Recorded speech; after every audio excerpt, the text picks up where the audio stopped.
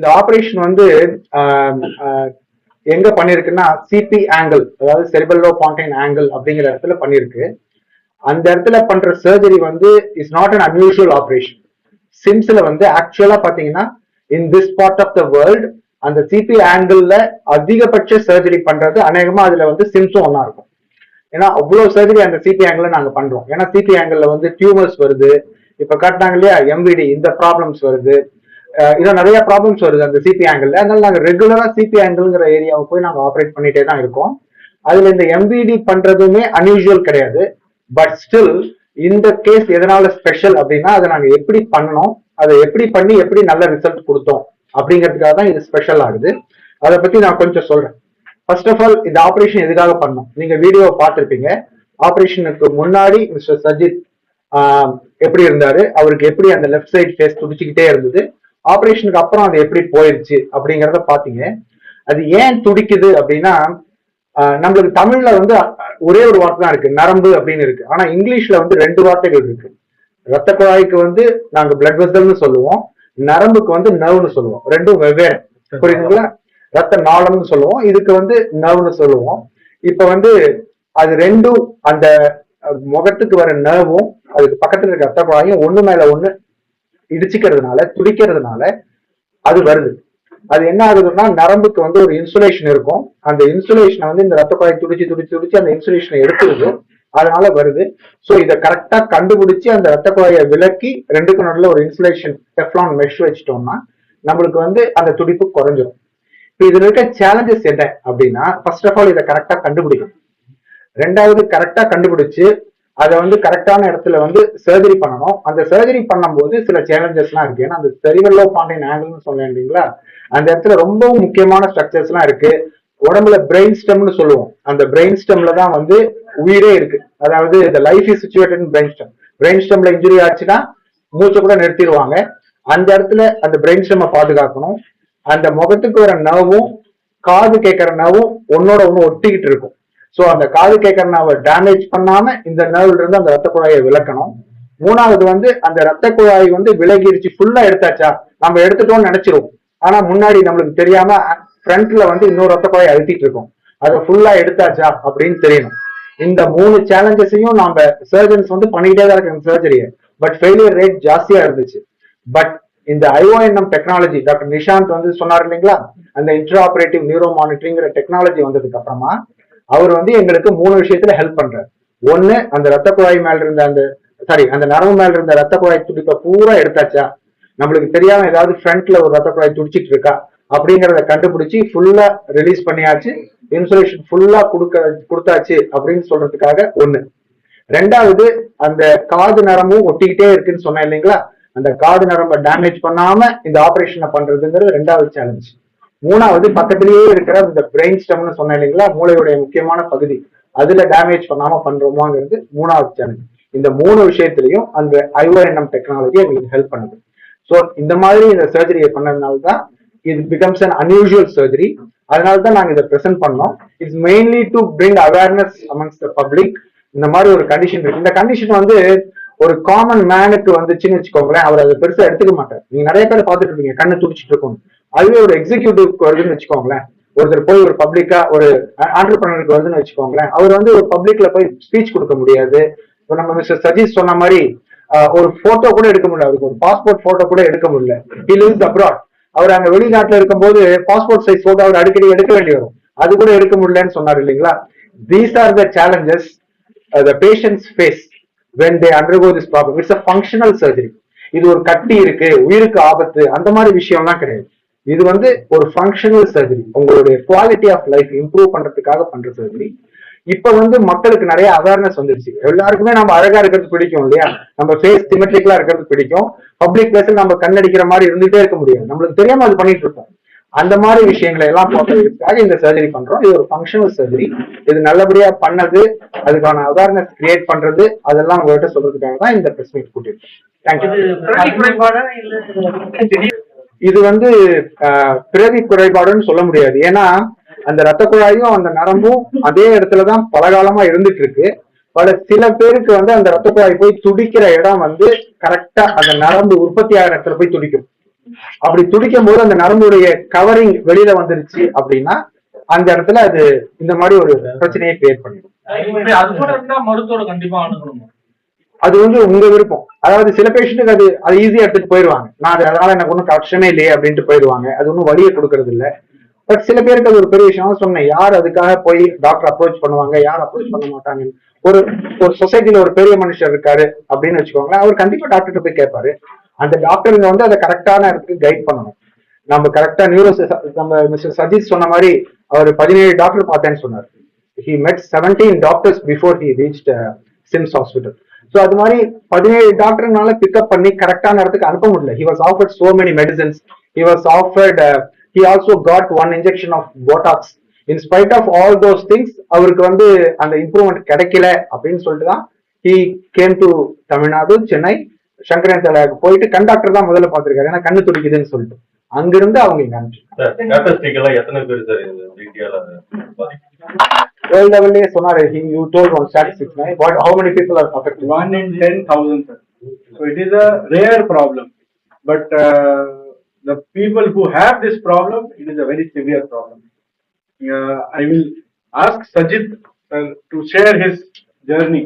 That will be more important. அவர் ஏற்கனவே சொன்னாரு, but உங்களுக்கு நீங்க புதுசா வந்திருக்கவங்களுக்காக அவர் மறுபடியும் ப்ளீஸ் தெளிவு. வணக்கங்க, என் பேர் சஜித். நான் வந்து கேரளால இருந்து. ஸோ ஃப்ளூவெண்டா வராது, நான் எனக்கு தெரிய ட்ரை பண்றேன். ஸ்டார்ட் ஆச்சு. இது வந்து போகிற டைம்ல ஐ தாட் இது வந்து ஸ்ட்ரோக்கா இருப்பேன்னா அந்த டைம்ல அடுத்த இருக்கிற ஹாஸ்பிட்டல்ல நியூரோ சர்ஜன், நியூரோ கன்சல்டன்ட்ல போய் பார்த்தேன். ஸோ அந்த டைம்ல இது என்ன வியாதி, வாட் இஸ் த கண்டிஷன், பேரு அது எதுவும் புரியல. ஐயா அவருக்கும் தெரியாது, நமக்கும் தெரியல. What they told me at that point was நர்வ்ல எங்கேயாவது, ஃபேஷியல் நர்வ்ல எங்கேயாவது, நர்வ் கவரிங்ல எங்கேயாவது பிரேக்கேஜ் ஆயிடும். அதுக்கு தான் எலக்ட்ரிக்கல் இம்பேலன்ஸ் காரணம். இப்படி துடிச்சுட்டே இருப்பேன் சொன்னேன். ஒரு கரெக்டான ப்ரொசீஜர் எதுவும் சொல்லல, பட் இட் இஸ் இப்படிதான் இருப்பேன்னு சொன்னேன். ஸோ அந்த டைம்ல we thought that okay, how to move forward, எப்படி இது நம்ம டயக்னோஸ் பண்ணணும், கரெக்டா பேரு கூட தெரியாது. 2.5 years அப்புறம் தான் அகெயின் நம்ம ஃபர்ஸ்ட் ஆப்டாலஜிஸ்ட் போனேன், அதுக்கப்புறம் நியூரோலஜிஸ்ட் கன்சல்ட் பண்ணேன். அதுக்கப்புறம் தான் அதுக்கு ஒரு பேர் இருக்குன்னு சொன்னேன். அந்த பேரும் கொஞ்சம் வித்தியாசமான பேரு, பெஃபலாரோஸ்பாசம் தான் அந்த டைம்ல சொல்லியிருந்தேன். என்னோட கண்டிஷன் அதுல ரொம்ப different. For me, it is a facial spasm. Cephalospasm, yeah, it's not matching any of that properties. So again, after that, 4.5 years school, the difficulties I faced. எனக்கு என்னெல்லாம் பிரச்சனை இருந்ததுன்னா, நான் வந்து கன்ஸ்ட்ரக்ஷன் ஃபீல்டு எக்கச்சக்கமா மீட்டிங் குறையாக டெய்லி மீட் பண்ணணும், explain பண்ணணும். இந்த டைம்ல எல்லாம் மீட் பண்ணும்போது எக்ஸைட்மெண்ட் ஆயிடுவேன். Will be arguing, will be in com, will be in explaining things. எல்லா டைம்லயும் இது துடிச்சுட்டே இருப்பேன். ஸோ அது பிரச்சனை ஜாஸ்தி இல்லை. It is not affecting me as a person, not affecting them also as a person. ஆனா at the end of the day இந்த full area வந்து வலிக்கும். வலிக்குன்னா பெயின் இருக்காது, ஆனா ஃபுல் மசில் எக்கச்சக்கமா எக்ஸசைஸ் பண்ணும்போது மசில் இருக்குதா அந்த மாதிரி வலிப்பு ஃபுல் ஏரியால இருக்கு. That is one. வீட்டில் எப்படின்னா வைஃப் சொல்லியிருந்தேன், போன 6 வாரம் அவருக்கு வந்து இந்த ஃபேஷியல் எக்ஸ்பிரஷன்ஸ் வந்து கிளியரா ரீட் பண்ண முடியுது. லாஸ்ட் 4.5 yearsல ஃபேஷியல் எக்ஸ்பிரஷன்ஸ் ரீட் பண்ண முடியுதுன்னு சொல்லிட்டு என்ன எமோஷன்ஸ் இருக்கு அவன் என்கிட்ட கேட்குவார். நானும் நினைச்சேன், ஏன் இந்த மாதிரி கேட்குறேன், are you happy, are you sad, அந்த மாதிரி கேட்குவார். கொஞ்சம் normal daily life, I am normal person. So அந்த மாதிரி கொஸ்டின்ஸ் கேட்பேன். So even I also thought why she was asking these things. This is another challenge which my wife, kids, parents, friends also faced. The third challenge was துடிச்சுட்டே இருப்பேன். So photo எடுக்கணுமா, இல்ல public gathering, public இல்ல photo எடுக்கணுமா, எல்லா டைம்லயும் இருக்கான்னு அடிச்சுட்டே இருப்பேன். So it will be either coming down or என்னோட சீக் வந்து இந்த மாதிரி இருப்பேன். ஸோ கரெக்டாக ஒரு ஃபோட்டோ இருக்கிறது ரொம்ப சேலஞ்சிங் ஆயிடுச்சு. ஐஸ் அப்ளை பண்ணோம். ஃபேஷியல் பாஸ்போர்ட் போடுறதுக்கு முன்னாடி கொஞ்ச நேரம் ஐஸ் அப்ளை பண்ணி பாஸ்போர்ட்டுக்கு போவோம். So this was another big challenge. Next one was how to cure it. அதுக்கு first medicines was taken. Medicines எதுவும் எஃபெக்ட் இல்லை. செகண்ட் ஆப்ஷன் சொல்லி பாட்டாக்ஸ் ட்ரை பண்ணலாம். ஸோ பாட்டாக்ஸ் ஆல்சோ அதுக்கு ஒரு சர்டன் லிமிடேஷன்ஸ் இருக்கு. 4 months to 6 months தான் maximum. அதுக்கப்புறம் மறுபடியும் ரிப்பீட் பண்ணணும். ரிப்பீட் பண்ண ஒரு 3, 4, 5 times maybe it will not be effective anymore. So ஒரு வாட்டி பாட்டாக்ஸ் ட்ரை பண்ணேன். ட்ரை பண்ணும்போது Botox is a painful procedure again. அதுக்கப்புறம் இந்த சைடெல்லாம் ட்ரூப் ஆச்சு. இப்போ பியர்ட் எல்லாம் வச்சு ஸோ இந்த பாட்டு சீக்கு எல்லாம் ட்ரூப் ஆயிடுச்சு. இந்த மாதிரி இருந்தேன். பட் பாட்டாக்ஸ் வந்து எனக்கு அது எஃபெக்டிவாக தெரியல. So I was still spasm அந்த டைம்லயும் இருந்துச்சு. So the next option for me was again நான் மறுபடியும் டாக்டர்ஸ் அப்ரோச் பண்ணேன். So they said the last option அதை அவர் சஜஸ்ட் பண்ண மாட்டேன். இட் இஸ் டிஸ்ட்ரக்டிவ் சர்ஜரின்னு சொன்னேன். டிஸ்ட்ரக்டிவ் சர்ஜரினா நர்வ் இந்த மசில்ஸ்ல எஃபெக்ட் பண்ணோம். அந்த மசிலோட கனெக்ஷன் அவர் தயார் பண்ணுமா. ஸோ டீட்டெயில் சொல்லல. But this is the overall way. அது கூட நான் almost I was accepting because facial mark பண்ணாலும் பிரச்சனை இல்லை. இந்த துடிப்பு கொஞ்சம் கம்மியா இருக்கலாம். So by the end of the evening அப்போ வரும்போது எனக்கு வந்து மறுபடியும் ஐஸ் அல்லது இப்போ இந்த மாதிரி மசாஜ் பண்ணி இதெல்லாம் மதியாயிடுச்சு. ஸோ ஈவன் தட் ஆப்ஷன் அதுக்கு தான் before going for that option நான் நினைச்சேன் why don't we come to Chennai, Sankaranathale, and Mari, we'll go to the main specialist and do one more checkup to confirm if this is the only option. So, and the Marita, we decided to come to Chennai. First up, Sankaranathale corner. So they told specifically to refer to SIMS. So they suggested me, I was suggested in the Mari to MRI scan. So after getting the scan, அவர் வந்து neuro கன்சல்டன்ட்னா போய் பார்க்க சொன்னார். So neuro surgeon பார்க்க சொன்னார். they referred me to SIMS. the luck part is அதுன்னு ஒரு luck இருக்கு. நம்ம நிமித்தம் சொல்லுவாங்கல்ல. நான் வந்து சொன்னேன் ஓகே நியூரோ டவுன்லயும் நியூரோ சர்ஜன்ஸ் இருக்கு, அப்ப அங்க போய் பார்க்கலாம்னு சொல்லி we were about to leave Chennai that day. So by some insistence, wife சொன்னா no, we'll see, come and see here. We'll see here and then we'll make even if it's one day late, we'll go later. அந்த மாதிரி சொன்னி we came here and met Dr. Vishwanath at that point. So he explained to us facial எதுவும் தேவையில்லை. So it's I'm not saying it's a relatively simple procedure, but he told me there are certain risks, certain drawbacks, but it's a common procedure done over here. So we were much relieved at the time there when he told us it is not blepharospasm. It is we make is very small, only 2 centimeter bone window which we make. If we put it back, almost like a 5 rupee coin opening, then we reach that very complex area. Now here we and Dr. Nishant here are neurophysiologists. When we do the surgery, we have to 2 things we have to make sure that we make this re-insulation, the insulation which the nerve has lost, put a Teflon coat around it.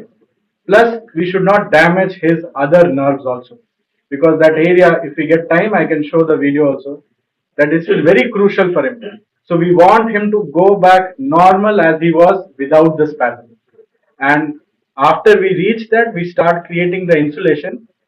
I asked Dr. Nishant during the surgery, he with his computers and the knowledge which he gains from the electrodes, the signals, he will tell me whether the insulation is complete or not.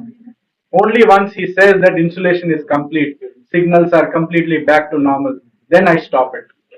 The centers which do these procedures without the backing of a neurophysiologist, they may end up with an incomplete re-insulation. So after the surgery, when the patient comes up, wakes up, he will again start having the spasm. So the entire procedure goes to fail. So this avoid this failure, reduce the risk. This complex procedure becomes much more effective when we do with Dr. Nishant, our neurophysiologist, with their signals and the intra-op neuro monitoring. So this electrical signals which are getting short circuited out, we control it by putting a Teflon layer, by putting like a wire, we put that insulating layer, something very similar.